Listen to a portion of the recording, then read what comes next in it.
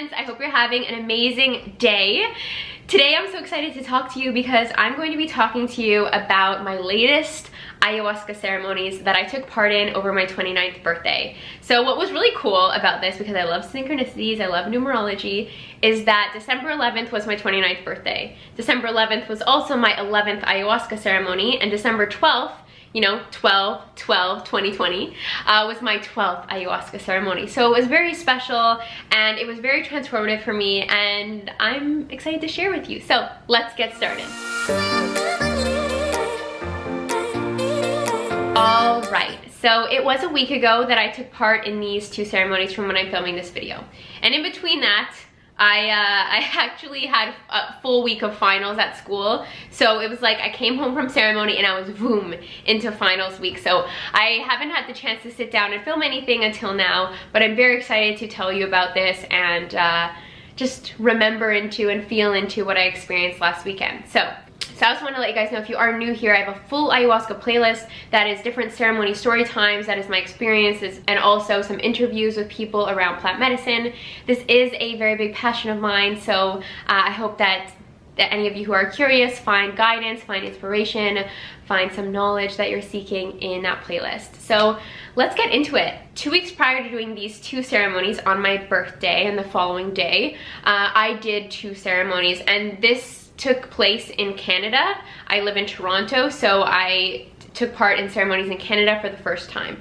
Prior to doing ayahuasca this year, I had always done it at Rhythmia in Costa Rica. So this was my first time, my first experiences, and there's another ayahuasca video for my previous ceremonies in Canada. I'll leave that below for you.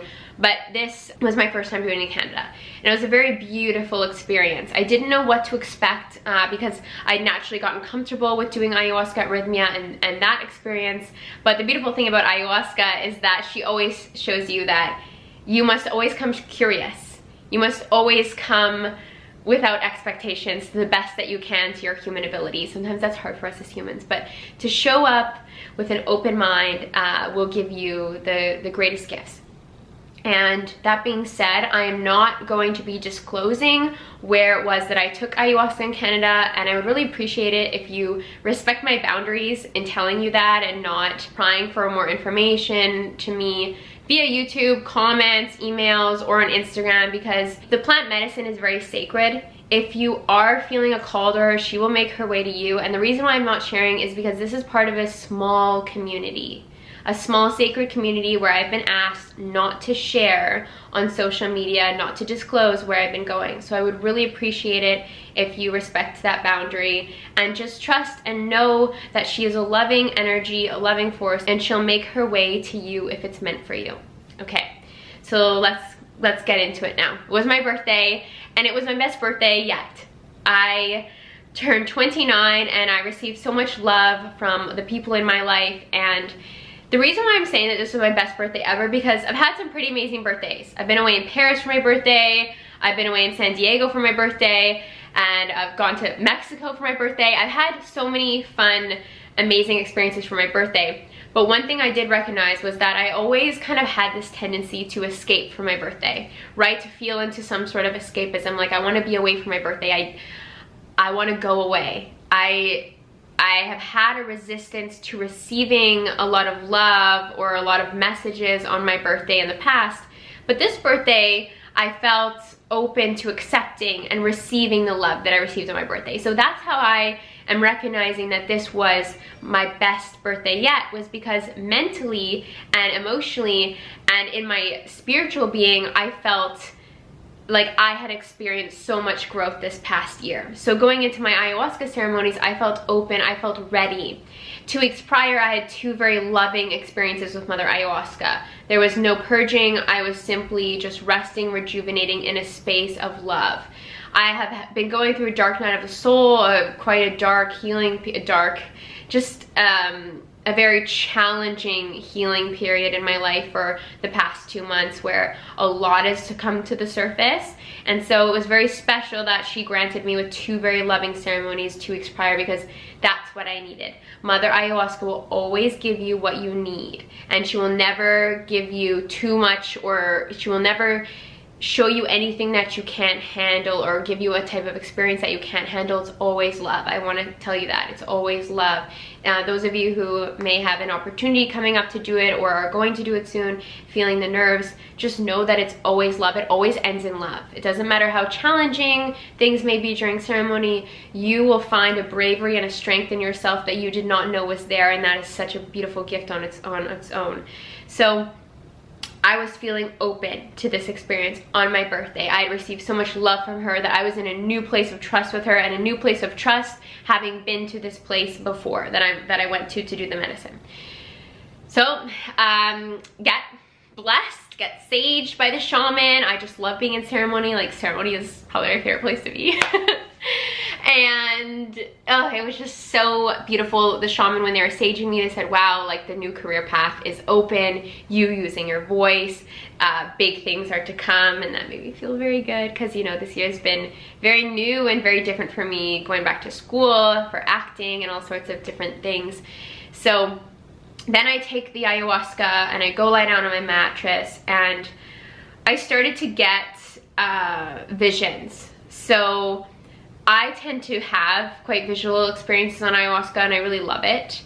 And you know, sometimes they don't really make sense, or sometimes you're still piecing things together.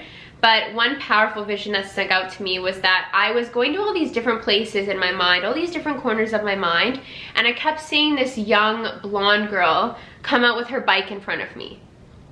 And I just kept being like, no, not right now, I'm going to these other places in my mind, I'm going to these other places in my mind. And what was interesting is that little girl on the bike was me.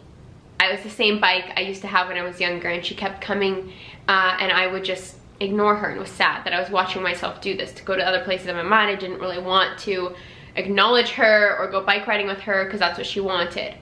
And then finally I decided to get on a bike, and it was really cool because I live in front of a waterfront path, a biking path, which I go biking on a lot, and it showed me biking down that path and showed me biking beside her.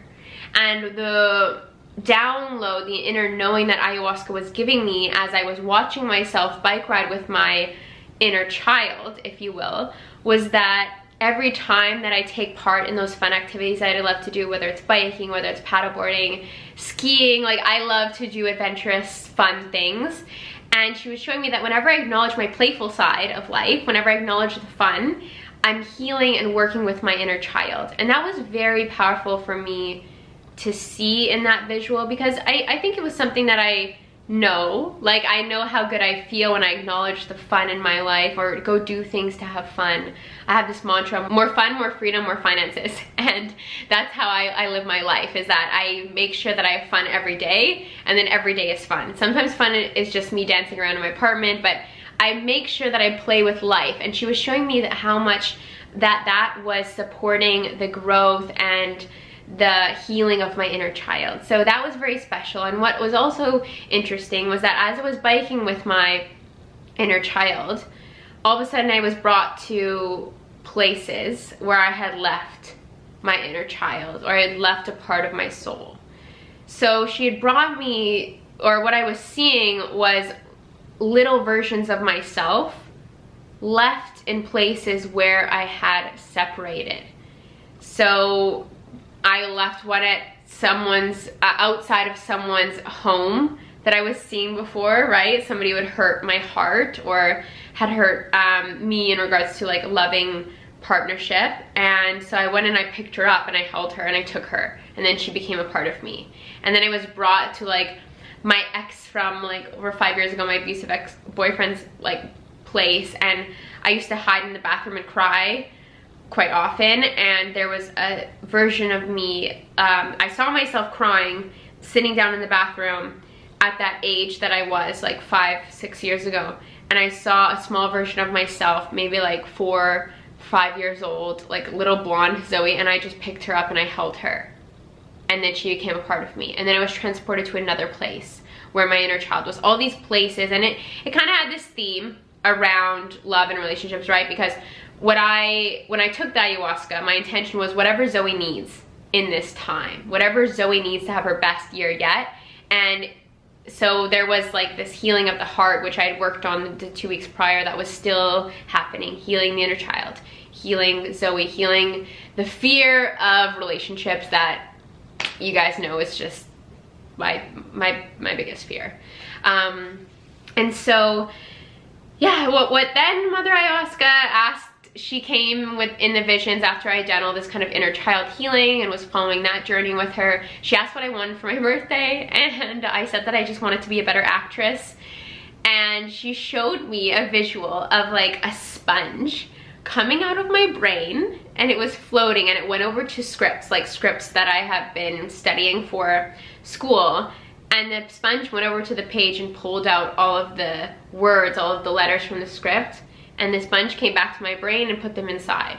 And the notion, the inner knowing that I got from this was that I would be able to memorize better, because it is something that I struggled with, right? Like memorizing 10 minutes worth of dialogue and things like that. So that felt really good. And what was interesting is, as I have had my week of finals, all of a sudden my scripts were just sticking. I wasn't dropping lines anymore, everything was there. Which I'm telling you, any of you guys who are actors or have been in theater or anything like that, you know, like sometimes it's a lot, like, or like acting school, like I'm memorizing a Shakespearean monologue and play from the 1950s. Like there's all these different genres that are so different, and all these different parts of my mind, but I was able to memorize them. They just stuck, which was powerful. And so what else she did in regards to being a better actress was the next step. She had me lie in discomfort. So what happened was, she said it's time to get really comfortable with being uncomfortable. And she did all this micro healing. I like to call it micro healing because there's a lot of things happening at once, and it was just, the overall theme was that I was releasing inhibitions that I felt when I was acting.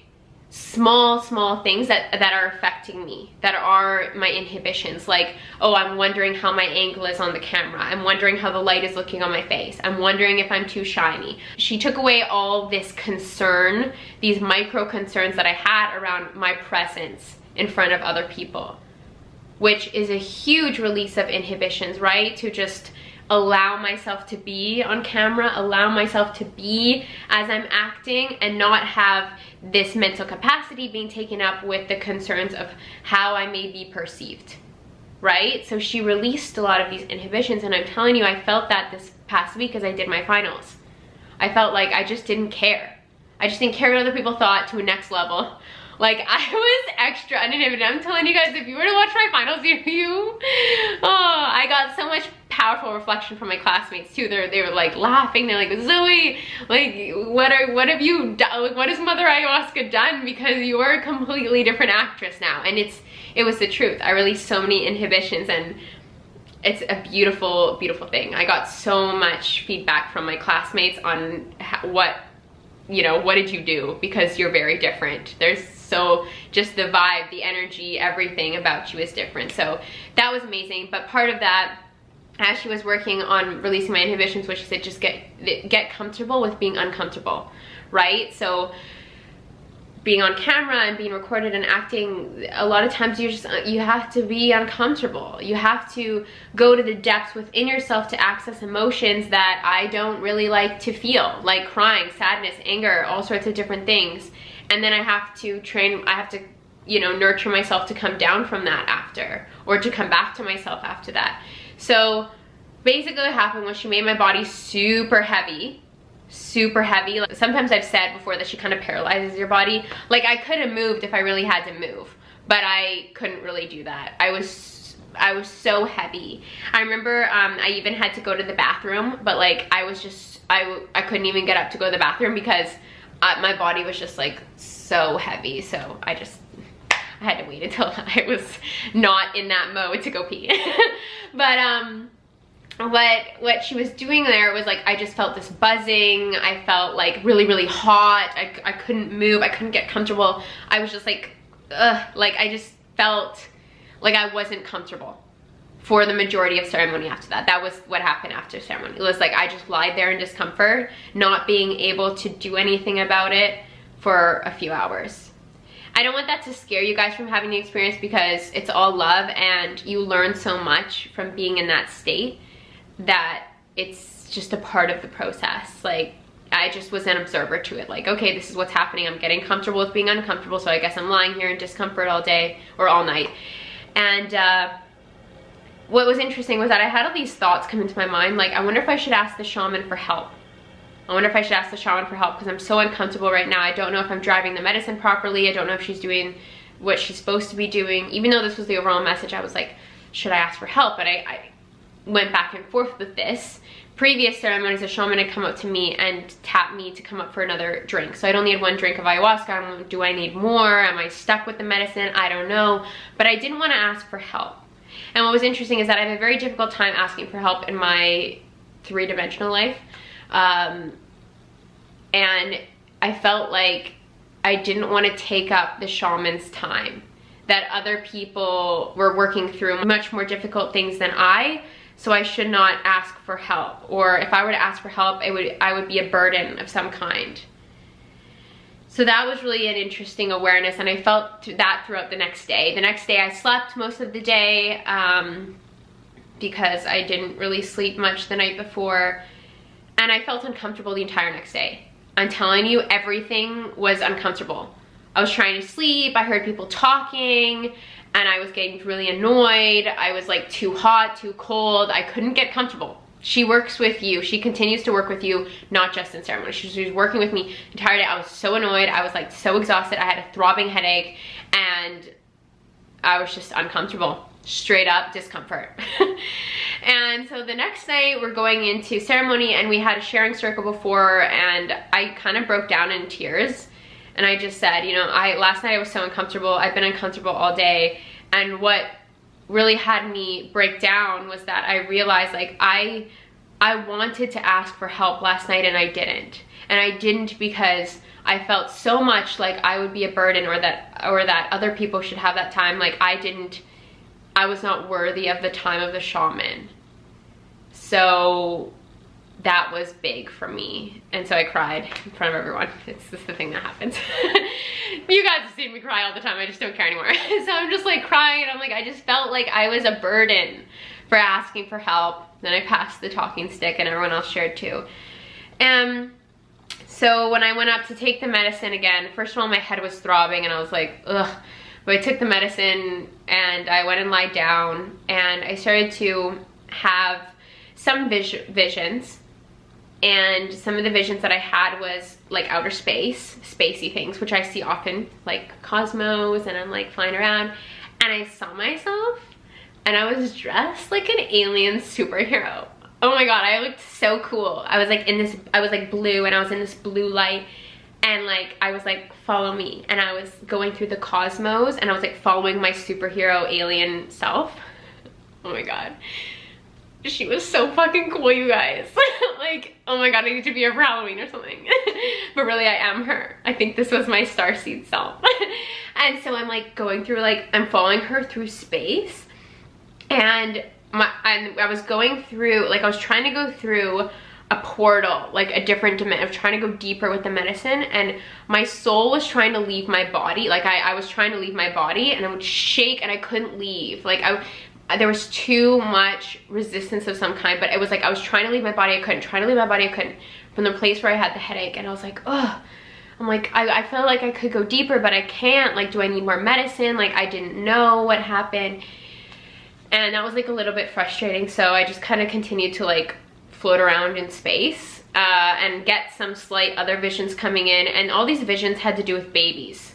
Like, babies just wrapped in blanket, like a baby, and I just felt really resistant to that. I'm like, nah, superhero Zoe, we're gonna follow that. But the thing about ayahuasca, if you're driving the medicine, you need to go to what's uncomfortable. You need to go to what is weird. You're not supposed to always follow what like feels good and feels cool. You're supposed to go towards the resistance, okay? But I wasn't doing that because I was too like infatuated by this alien superhero version of myself. So, yeah. So anyways, then I'm like lying there, and I'm just kind of like floating around in space. I'm definitely stuck with the medicine. I'm not driving it. I'm feeling a little bit resistant to it. My head is throbbing. I'm like, shaman come up to me and grab my feet and say, come up. So I come up and sit between the shaman and they ask me what's going on. I'm like, well, I had some visuals. I'm feeling it in my body. I'm feeling a buzzing. I tried to leave my body several times and I couldn't. And I have this throbbing headache. So they gave me kuranga, hape, blew it up my nose so that I could, like, what happens when you take hape is that the ego just moves out of the way. Because they said when you're having a headache, especially in ayahuasca, it's because the ego is going head to head with the soul in your head, and that's why it's just like boom, boom, boom. The medicine is trying to get through to you, and the ego, the mind is such a powerful thing, subconscious and conscious, and it's trying to resist the medicine. So, so anyways, they put the kuranga up my nose, they started talking to me about my visions, and they asked me which side of the hape, the kuranga, hurt the most when it went up your nose. I said the left side. So I said, like, you know, it hurt up here more. And she told me this is something I never have known about hape. But the shaman said, she said, okay, so the left side is the past and the right side is the future. So there's something in your past that needs healing. And as I mentioned to you from my previous ceremonies, I felt this like energy blockage in here. And what was interesting was that the shaman, she's like, okay, so there's an energy blockage in here. She's like, she's following with like, just like looking at the energy around me and around my left side here. And she said, okay, there's a block here. And she said, back to the heart. She's like, betrayal of the heart. Who betrayed your heart? And I mean, immediately I'm like, well, my mom, because it always comes back to my mom. And so they started asking me like, okay, so why have you been coming to do this work? And I explained my fear of relationships. And they're like, that's very natural, like based on what you've been through. And I told them about my first ayahuasca ceremonies when my mom, it was shown to me that when I was born and I was a baby, okay, think again, the babies that I kept seeing, the baby, I saw that she disconnected from me energetically. And interesting, because that would have been my birthday, right? Was when my mom disconnected from me. So yeah, I saw this baby again, and the shaman, they said, so think about the baby, the inner child. You're here to heal the inner child and heal that young baby, that young version of yourself. And they said, have you forgiven your mother? I said, yes, I've forgiven my mother to like whatever extent I can right now. But then they asked me, have you forgiven yourself? And I thought about it, and I saw this vision of me as a baby wrapped in a blanket, and immediately, you guys, again, purged into my bucket, like vomit, purging into my bucket uncontrollably. Didn't feel nauseous, didn't feel like this was coming on. All of a sudden, it just came out of me. So I'm purging into this bucket. If you guys have followed along my ayahuasca series, you know I've done ayahuasca 12 times. This is the 3rd time that I purged, like vomited. I've purged in other ways. I'm a big yawner. I've gone sweaty, I've trembled, I've had body convulsions, but I rarely vomit, right? Vomiting is like my worst fear, but when you're on ayahuasca, it's different. You're not puking and you're not like sweating and like it's not that scary feeling. It's just like your body is ejecting the trauma. So I'm puking into my bucket and I'm shaking. Like my entire body is like shaking, my legs especially, shaking as I'm like uncontrollably. The shaman are blessing me. They're like spraying me with all these beautiful things and the feathers like they do. So I'm just like feeling the major release, and oh my gosh, it felt so good, so good. And then what happened was, after I'm done this, the shaman, she said, how interesting. Sometimes all you need to do is name it to purge it, right? Because I simply just started to talk about it and then the release happened, right? So similar to any of you guys have been in a coaching session or a therapy session, sometimes you talk about it, you start to cry. You name it and the release happens. So named it, the release happened, and then they served me up another cup, and I was like, ooh, I felt so resistant to taking another cup of ayahuasca, just because, I mean, I just purged, like my body was had just gone through something big. And the taste is just, I mean, it is what it is. I love Mother Ayahuasca, but it is the taste. So anyways, I shot back another glass. The shaman, she did like an energy clearing on me before and then walked me back to my mattress. And then I lie down and I was super drunk on the medicine, I would say. Like, I just basically lied there and I was in a place of love and support and healing because I created so much space, right? I just purged up some emotional trauma around me being rejected as a baby. And so the medicine was just filling me up with love, but my body felt super heavy again, is what I'm saying. It wasn't scary, I wasn't dizzy, I wasn't nauseous anymore. I just was resting. Yeah, the next day I woke up and I felt extremely different.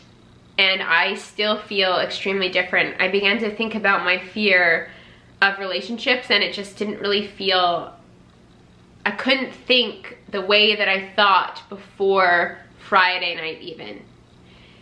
Ayahuasca, she's so powerful, and the way that she works in your mind is so powerful. It's so beautiful.